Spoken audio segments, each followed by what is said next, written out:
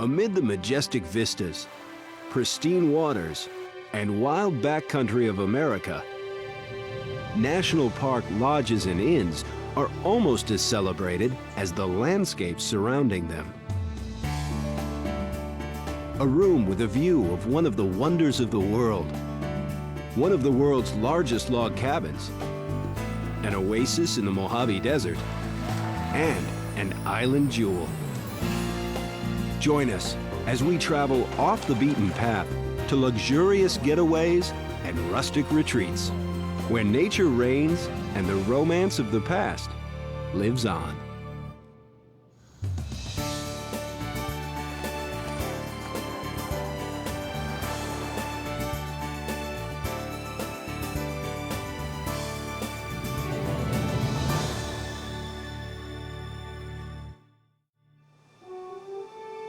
National Parks, Lodges, and Inns begins with one of the first and most famous of them all, the Old Faithful Inn.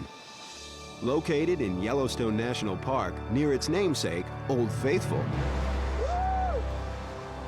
While Yellowstone's star attraction puts on one of the Earth's greatest shows, the Old Faithful Inn has been dazzling the crowds for over a century. The inn was the bold creation of a young architect in 1904. Robert Reamer, the architect, decided he could provide the same amenities of a first-class hotel, but do so in a rustic way that gave people the idea that they were still in a national park. The whole idea of fitting a building in with the landscape being important. The style, called parkitecture, incorporates elements like hand-hewn logs cut from the forests, a facade of rhyolite from a local stone quarry, and other native materials to create a building that blends into the landscape. A building made for geyser gazing. It was actually a law that said they could not build within 1/8 of a mile of a natural feature, and the east side of this building is exactly 1/8 mile from Old Faithful, but also set the building in such a way as visitors pulling up in front of the building, eyes were directed down to see Old Faithful on approach. Once inside, a massive lobby awaits.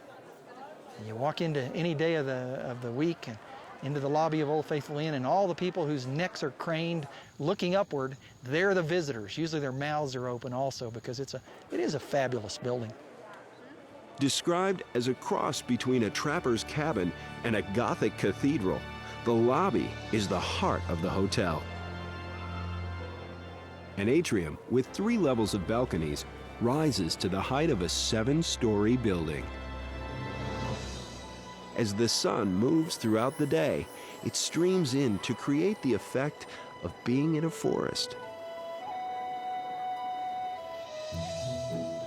The architect had a sense of whimsy and an eye for twisted trees.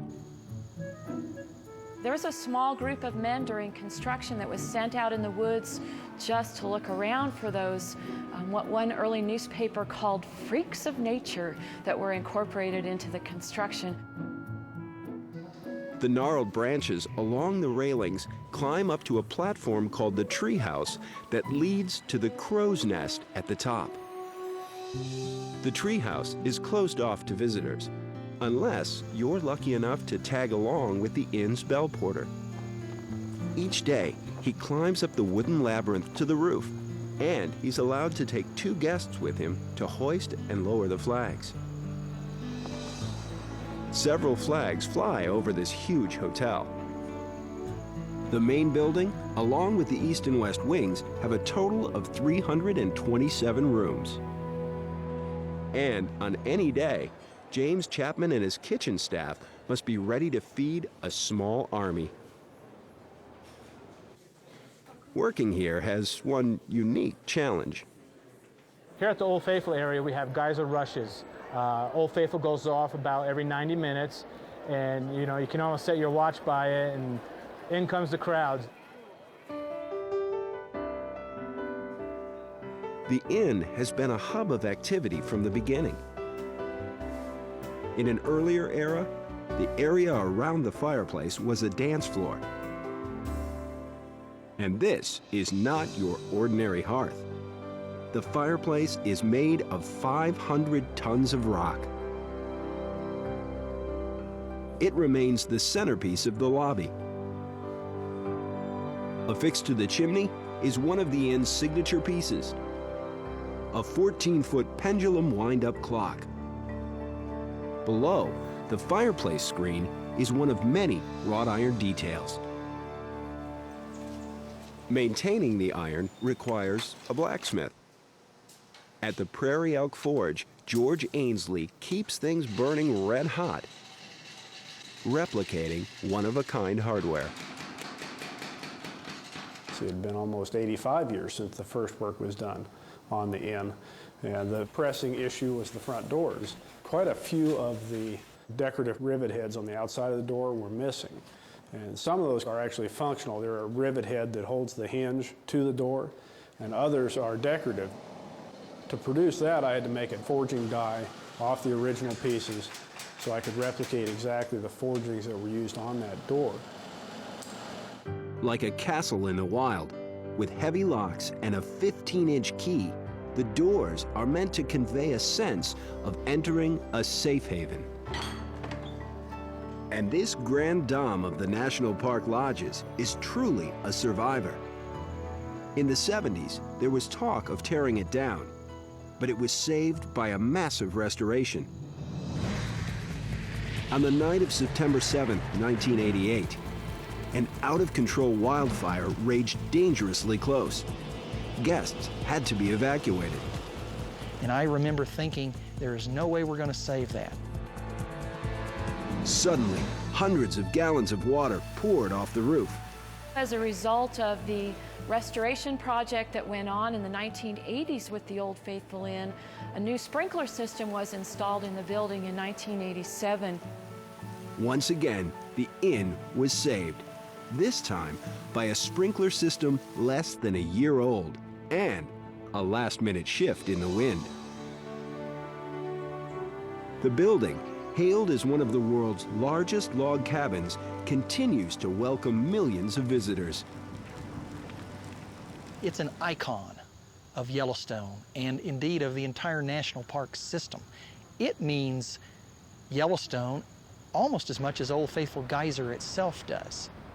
Its influence has even reached as far as Orlando. If your travels take you to the Walt Disney World Resort, you'll find a familiar sight.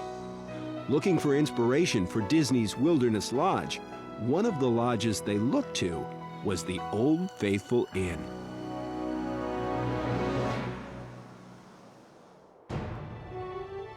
With gray granite peaks and green valleys, Yosemite National Park is hailed as one of America's greatest treasures. Tucked away in a secluded corner sits the Queen of Yosemite, the Ahwahnee Hotel. The Ahwahnee was the brainchild of Stephen Mather, the first director of the National Park Service. For Yosemite, his favorite national park, he had grand plans. And he felt it very important to get the American public on board in the concept of national parks. And he felt that by creating a lodging like this one, which was comfortable, would attract people and attract support for the national parks. Architect Gilbert Stanley Underwood was chosen to create a luxury hotel to complement an idyllic valley. He not only emulated the outdoors in the building structure, but he did kind of surpass that idea. He oriented the building so that it would take advantage of the most scenic features of the valley. One wing of the building is oriented towards Yosemite Falls, which is a classic icon of the park. One wing is oriented towards Half Dome. So not only did he emulate the feeling of the valley, but he took advantage of what the valley most has to offer. The granite facade blends the hotel into the valley walls. Yet Underwood was a modern architect, ahead of his time. he even devised an ingenious way to make it fireproof. Everything that looks like wood on the exterior of the building is actually concrete. They cut wood, they made forms of rough-sawn lumber, and then they poured the concrete into the form and then stained it the color of the trees surrounding. So virtually this building is a fortress of stone, of concrete, and steel. A grand fortress that more than doubled its original budget, cost $1.25 million to build in 1927. Inside, you'll see why. Even after all these years, when I walk in this hotel, I get wowed. I hear people gasp when they walk in the hotel. The public spaces are tremendous and awe-inspiring, and people react to those rooms when they see them. Ahwahnee comes from the Native American name for a deep valley. It's here the Native American theme begins. Above the hearth, one signature piece is an abstract mural inspired by basket patterns.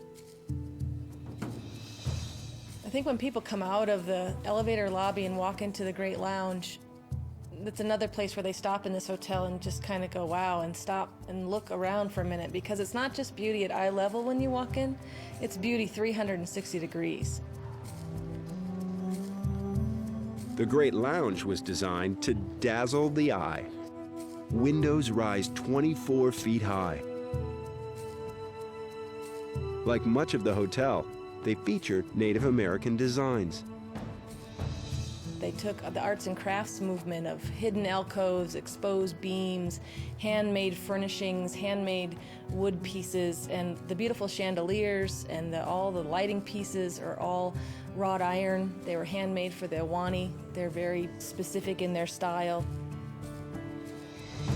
One way to get a sense of scale is to see people in front of this massive fireplace. Yet, there are creature comforts in the form of intimate alcoves and sitting areas. And much of the original furniture remains intact. With a 34-foot vaulted ceiling, the dining room is another awesome space, with seating for 350. On the hotel's top floor, one of the premier rooms, the library suite, comes with a sitting area named for the architect, Gilbert Stanley Underwood, and a view of Yosemite Falls.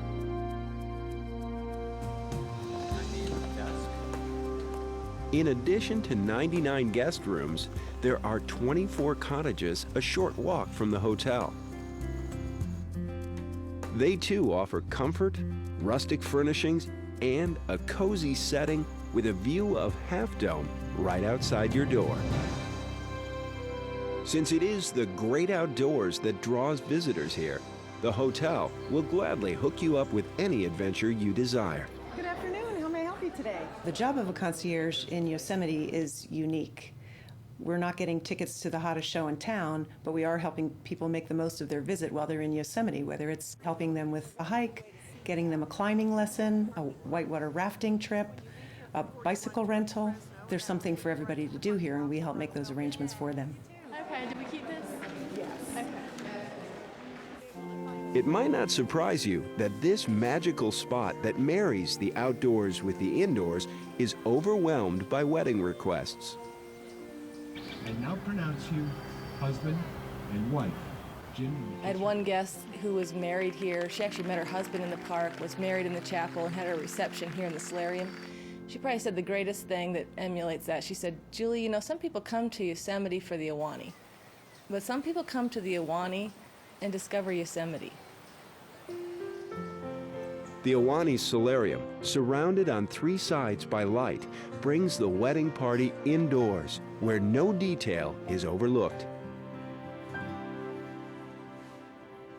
Gourmet meals are prepared in a modern 6,500 square foot kitchen. I think people, when they come to Ahwahnee, they have an expectation. They have a history with the Ahwahnee. There's a lot of return guests, and they're looking for some of the local flavors and fare that they're accustomed to. People are also accustomed to great service and surroundings. Mr. Powers, your halibut. The Awani's dining hall is considered to be the height of the hotel's elegance. And over the years, many famous people have stayed here. We've had presidents and governors, movie stars, and most people know Ansel Adams as a world-famous nature photographer. However, he was an artist of another kind as well and had a career in music. He played the piano here at the Awani. The late Ansel Adams' daily concerts became part of the hotel's history. History that's kept alive when the same grand piano is played in the afternoons. For Ansel Adams, Yosemite was life-changing. He spent 60 years capturing its grandeur. With the eye of a painter, he turned photography into an art form. His celebrated images not only championed the cause of conservation, but forever linked him to Yosemite and the national parks. And he was one of the originators of another Awani tradition. Each December, the dining room is turned into a storybook setting for one of the more unique events in all of the national parks, the Bracebridge Dinner. We are honored by the presence tonight of the distinguished guests upon my left and right. Part feast and part musical pageant, Bracebridge, based on a 17th century English Winterfest, was inspired by the writings of Washington Irving. It was first held here on December 25th, 1927. It's fantastically wonderful to have something where someone as famous and wonderful and talented as Ansel Adams created it, all the way down to what we have now, which is a group of professional singers who are devoted toward having the tradition continue. Bracebridge is one of the many traditions of a special place where time seems to stand still. In a setting made famous by one of the greatest photographers of the 20th century.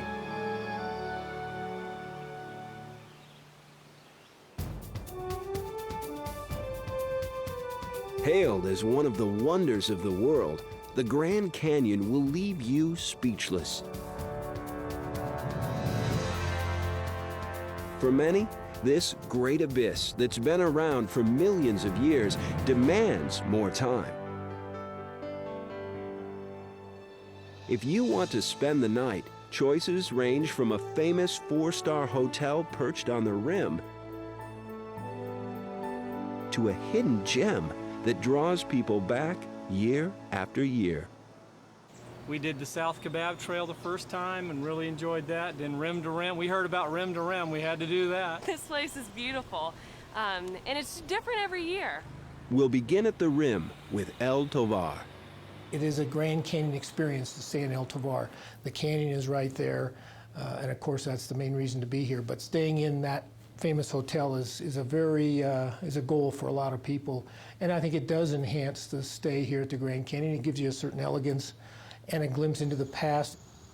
Named for Pedro El Tovar, a 16th century Spanish explorer, the hotel really hasn't changed much over the years. A cozy lobby dubbed the Rendezvous Room is a welcoming place to meet that looks like a cross between a hunting lodge, a Swiss chalet, and a Norwegian villa. The hotel cost a record $250,000 to build in 1905. It was special for its time here at the village for sure, because it was the only accommodations here that had running water, that actually had indoor toilets. In today's money, that would probably be somewhere in the area of $8 to $10 million to build the structure. The woodwork was another reason for the cost. Its pillars and posts come from giant Douglas fir trees brought in by the Santa Fe Railroad. Overhead, the mezzanine lounge was once reserved for women only. It features an 8-sided balcony and Swiss-style woodwork. Off the lobby is El Tovar's dining room, a spot both rustic and elegant. Lining the walls, Native American murals depict the region's tribes. While much of the hotel remains intact, the 78 guest rooms were updated. When the hotel was remodeled to accommodate private baths in all the rooms, it got kind of almost a bed and breakfast atmosphere because all the rooms are different sizes and shapes. Suites are comfortable, and some come with quite a view. Regardless of where you stay, at the Grand Canyon, everyone's welcome to enjoy the veranda. You can swing your cares away just like guests have done for 100 years. I like bringing my friends here when they come to visit, because not only can you sit and enjoy the breeze and look out at the canyon, but they can imagine past presidents or people from almost a century ago doing the same thing, being astonished by the canyon. One addition from the 1950s, the back veranda, is another spot to sit a spell, write in a journal, or kick back and toast a special occasion. Happy birthday! Happy birthday! In many ways, the story of the park lodges is the story of the architects who built them. Mary Coulter began her long career at the canyon as the interior designer of El Tovar.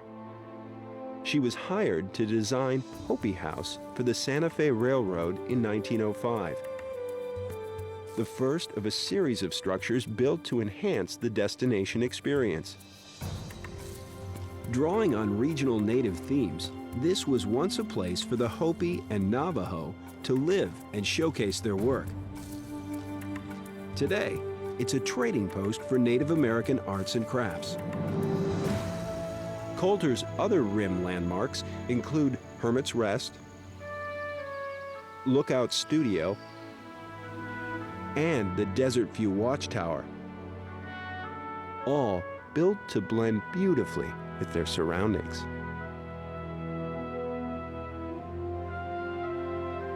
In the 1930s, she had a different idea for the Grand Canyon's Bright Angel Lodge with its adjoining complex of cabins.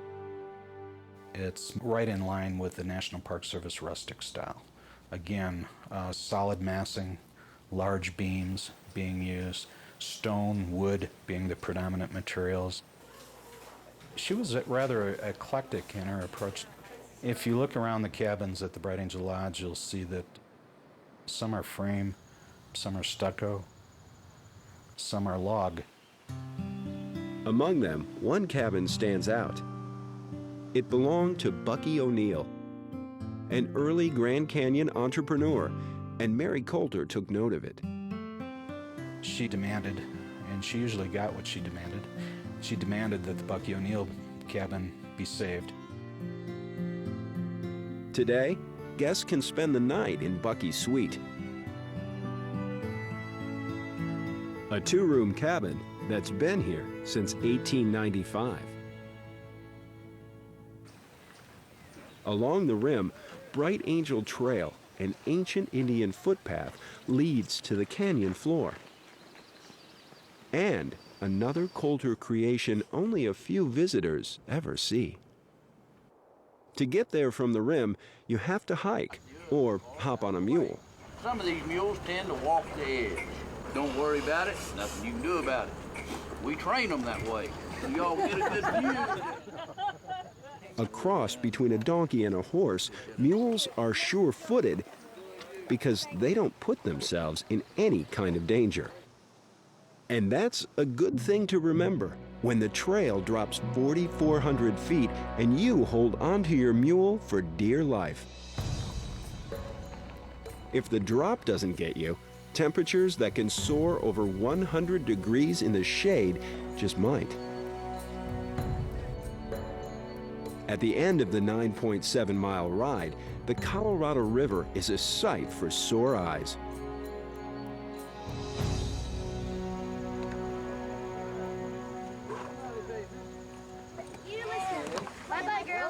And after riding tall in the saddle, it's hard for some city slickers to get their land legs back. So don't be surprised to have a hitch in your giddy-up. Ladies and gentlemen, this is your official welcome to Phantom Ranch. Thank you. Welcome to Phantom Ranch. We're going to talk for a couple of minutes before we go to the ranch. So take a walk, drink a whole bunch of water. It's amazingly dry down here. Your bodies have lost a lot of fluids on the ride in. Well, the challenge of getting here is one of the more memorable parts of your visit. Most people don't remember the bed that they slept in or the cabin that they slept in, but they certainly remember the journey itself. Phantom Ranch has been welcoming folks since 1922 to this complex of cabins made of wood and uncut river stone. Sleeping accommodations are simple. Here you enter another world. A retreat in the narrow rock created by architect Mary Coulter. The vision was a place that's tucked away at the bottom of the Grand Canyon, that's romantic, that's mysterious, and so she chose the name Phantom. But she got the name not because we have ghosts and specters walking around down here, but because there's a little creek about 1.5 miles north of us called Phantom Creek. And that's where the name Phantom Ranch came from. Above all, it's the location that makes this place so exceptional. The Phantom Ranch complex itself is an oasis. It's an oasis in the middle of the Grand Canyon. We've got the creek to go swimming in. We've got trees for shade, very relaxing, peaceful grounds. If the ride down didn't do you in, there's plenty to explore on the canyon floor. It's a great day for a walk at Grand Canyon National Park. Chris Boatwright organizes yearly hiking trips with a group of friends, an experience she calls a reality check. Everybody gets sometimes so locked into the hustle and bustle of everyday world, but then when you come here, it's just so laid back, and you no longer take for granted the things that you do every day long in the cities. So we really do enjoy coming here every year. It's a great place.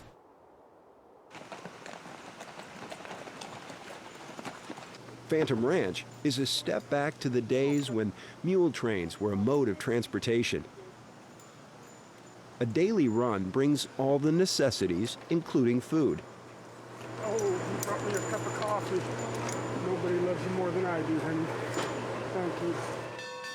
And guests are still called to dinner the old-fashioned way. Come on over, everybody, for steak dinner. Nobody leaves Phantom Ranch hungry. And in this place where all sorts of people share an experience, meals are served up family style. All part of the Western hospitality.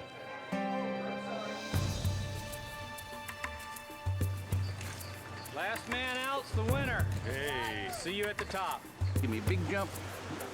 Good girl. Once you go down, you have to come back up.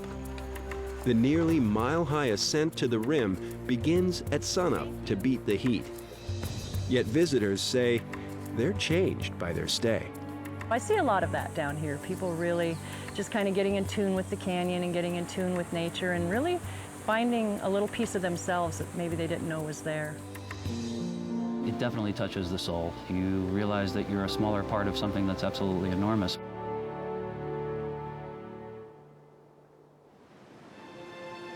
National parks can be found in some of the more remote corners of America. Cumberland Island National Seashore lies off the southern coast of Georgia. 17.5 miles long and 3 miles wide, it's the nation's biggest wilderness island. Tranquil and untamed, this Georgia gem has been called the ultimate getaway. There's only one place to spend the night, a southern mansion full of history, grace, and romance, the Grayfield Inn. But to stay here, you first have to get here.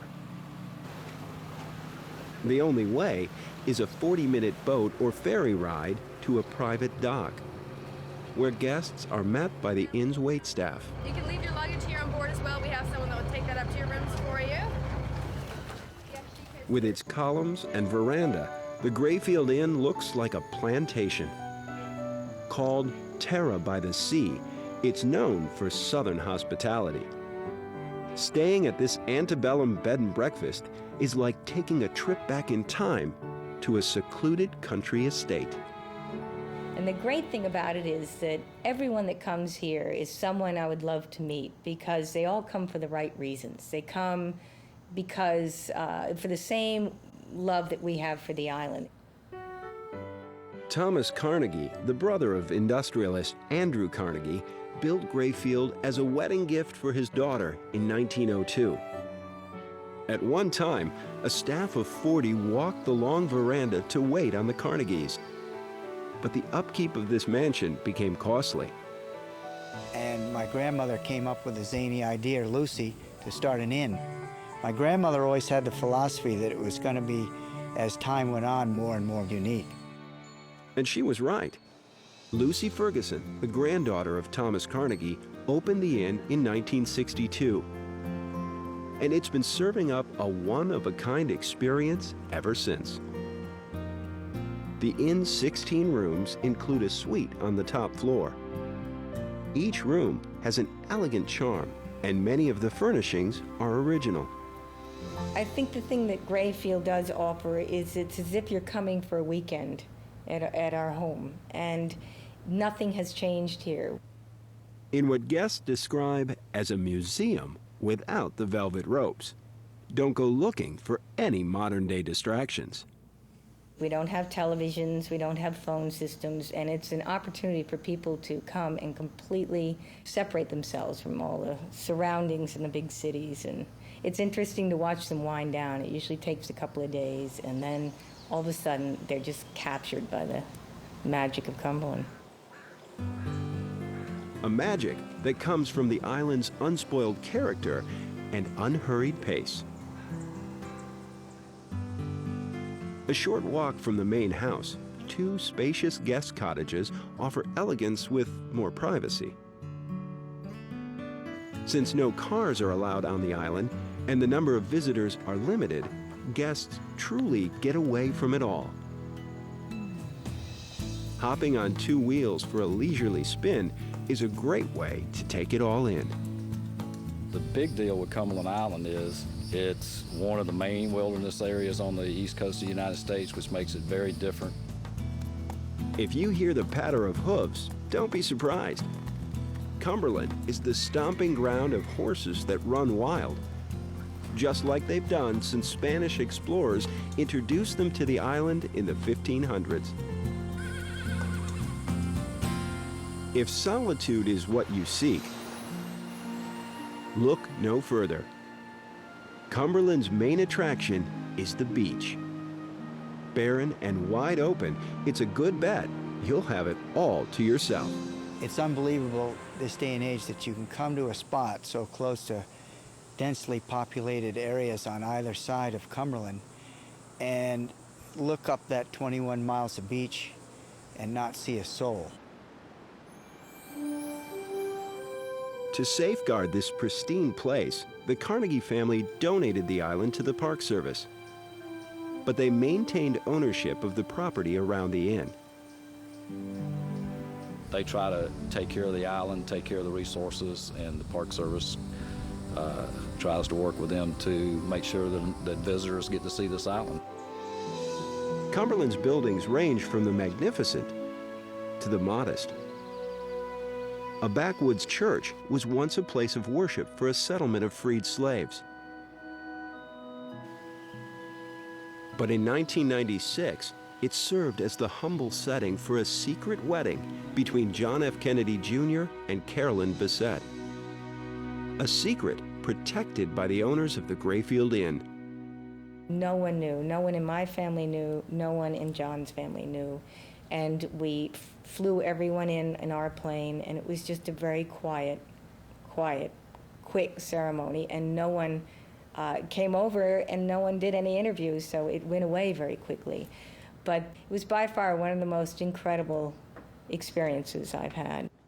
The wedding reception was held at the Grayfield, an appropriately formal spot, where the afternoon cocktail hour begins with hors d'oeuvres, and guests pass the time on the veranda. Specializing in the regional cuisine of the island, there's an emphasis on seafood. For Chef Ian Kitch, working in a house once occupied by millionaires has its challenges. They want everything to be like the Carnegies had it. So my level of food has to be up there. And if it's not, they're going to be disappointed. Meals keep the romance of the old mansion alive. Every night, it's dinner by candlelight. The overall atmosphere is casual elegance. The comments that we get from people are just thank you for opening your home and sharing it with us. This Terra by the Sea offers one of the most distinctive experiences you'll find anywhere. An inn only outdone by its unique setting. A scenic sanctuary off the Georgia coast.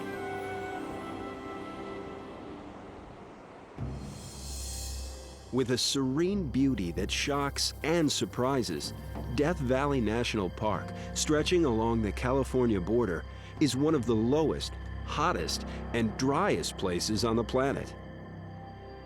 But you never know what you'll find in the desert. Rising out of a rocky ridge at the base of the Funeral Mountains sits an oasis, the Furnace Creek Inn. Open from October to May, its origins lie deep in the mountains, where the mineral borax was once mined. Well, the inn was built by Pacific Coast Borax Company, and the reason they built it here is because they were leaving their mining concerns, but they loved Death Valley so much that they wanted to do something with the property. And because there are 3 natural springs right behind the property, they thought it would be a perfect place to build an inn. Today, the waters of this private property, surrounded by national park lands, are a life spring, feeding lush grounds shaded by 70 palm trees. Stone paths wind over footbridges to a pond. Overhead, a bird of prey watches and waits for something to come by. Above the terrace landscape, the sprawling inn looks like a Spanish mission with its red tile roof. The thick adobe walls were made on site by the local Shoshone Indians and painted a shade of yellow called Furnace Creek Inn Adobe. I pondered that for a long time, and then I realized it's the same color of yellow that you see in the Badlands and the hills behind it. The whole lower section of the inn is actually made out of rock, and it's made out of alluvial fan material, which is what this building sits on top of. Alluvial fans are the material, the outwash from the canyons here. So what the architect did was to gather rocks from the area right below it and then build the entire lower section of the inn out of these rocks. It makes it look very rustic and kind of fits in with the landscape, especially when you look at it from below. Outside, Moorish-style arches are framed in stone. Inside, they frame comfortable sitting areas with views of the mountains. An adobe fireplace, trimmed in local stone, has been welcoming guests over the years. And the dining room hasn't changed much since the 20s. The inn's friendly staff will help you plan out your stay. Of the 66 guest rooms, one looks like a stone cottage. And it's a short stroll to another surprise. The pool is the centerpiece of the hotel. It's filled by natural warm springs, so the water is constantly replacing itself, so there's no need for any chemicals, and it's a constant 84 degrees year-round. So it's fabulous.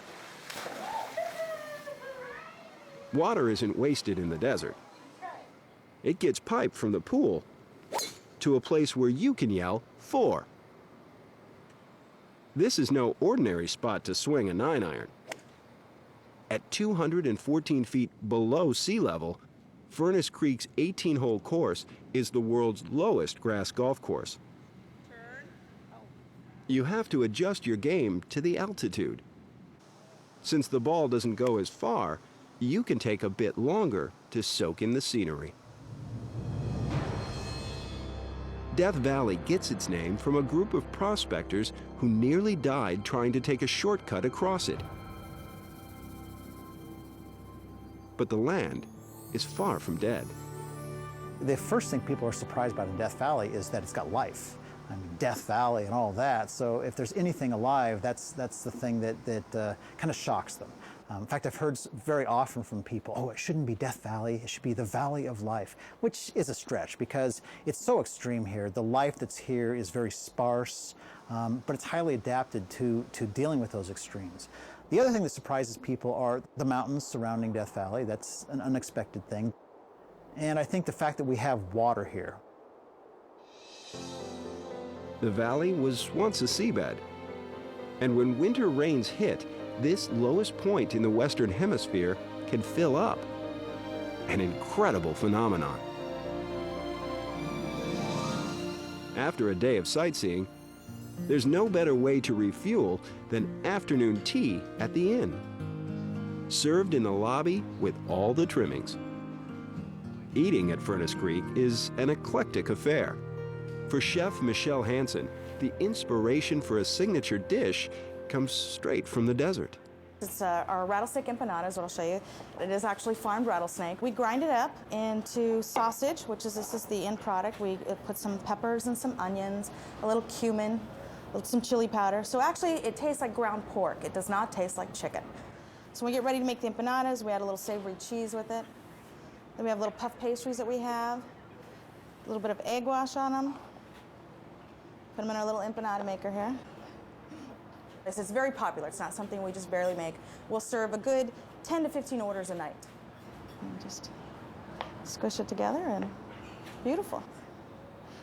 Actually, it's very good. Once we serve it with a little guacamole, a little goat cream, it's very, very yummy. And what to drink with rattlesnake? Among other events, the inn offers wine weekends to sample the fruits of the vine. This tasting of wines from Le Cuvier, French for little barrel room, comes from California's Central Coast. And the Pinot Blanc has some age on it. It's a 1993, so it has a little bit of a sherry note to it. Le Cuvier is a small boutique winery that offers an ample variety to satisfy anyone's craving for white or red. And the inn's wine dinners pair it with the perfect food. All part of the charm of this oasis in the middle of nowhere.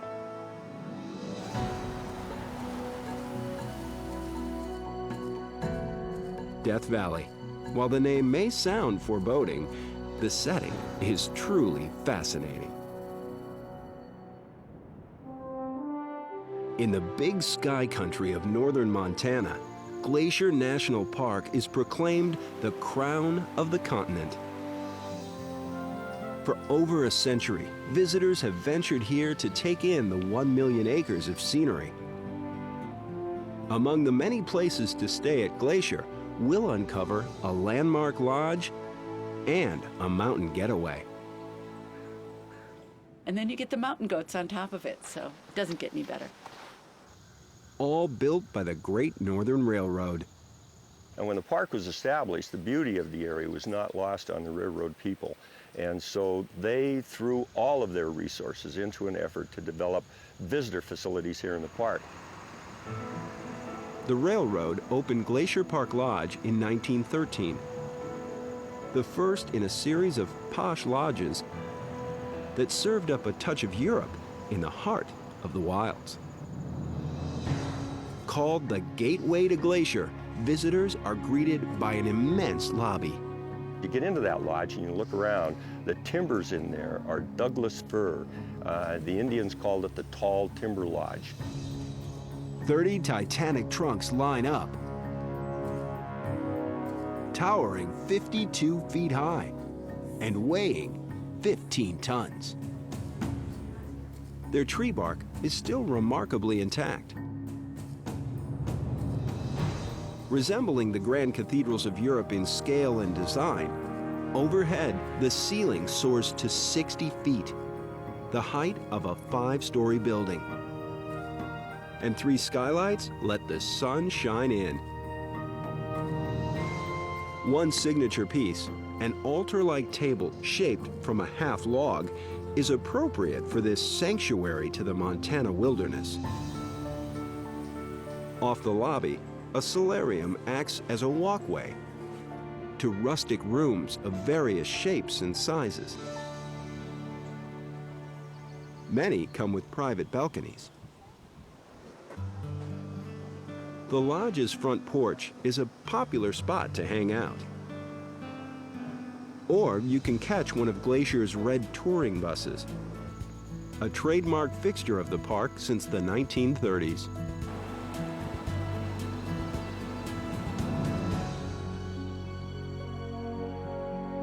Log lodges are only part of the story of Glacier National Park. There were once 9 chalets.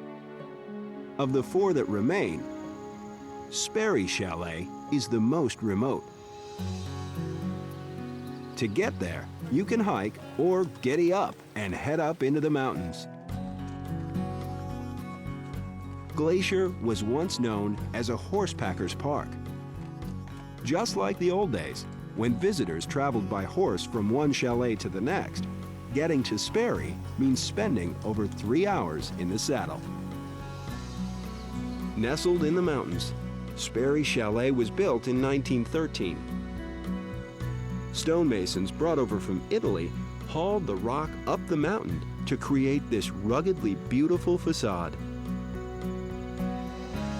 Inside, guest rooms are private, but far from modern. With no electricity or heat, a thick wool blanket will keep you warm.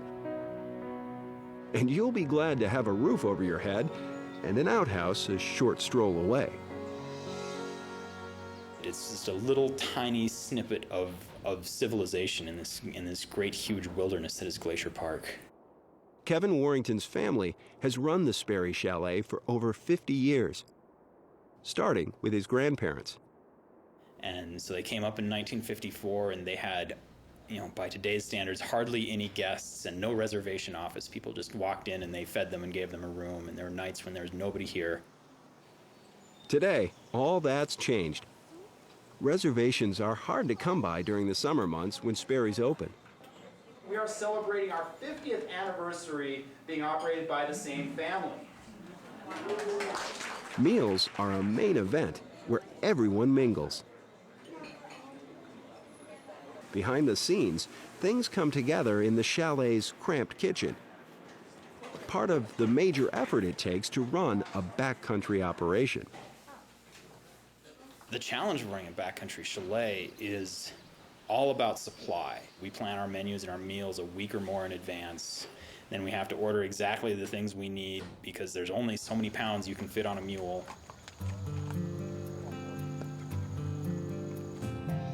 Everything's transported up the mountain trails. Bringing in supplies, groceries, all the timbers were packed in by horses and mules, all the glassware, you name it, it was packed in here, as still as it is today. And it's pack in, pack out.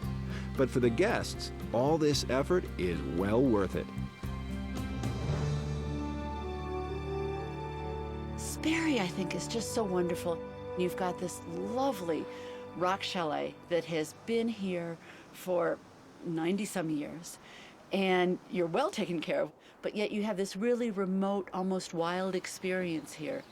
And then you have the opportunity to meet the other guests and chat with people, but doing it in this most gorgeous setting.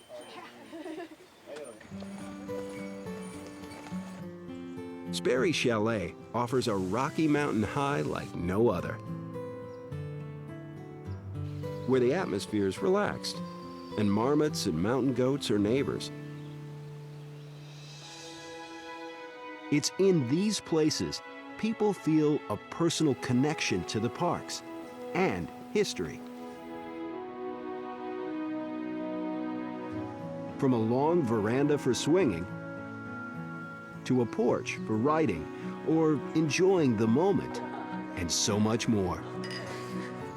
In many ways, these lodges and inns reflect a time in America when the pace was slow and easy. Yet some things haven't changed. A deserted beach, a course with a desert view, an amazing abyss, or a mountaintop in the clouds are still ultimate getaways. Gracing landscapes both rugged and remote, national park lodges and inns are as much a part of these extraordinary places as the many wonders of nature that unfold around them.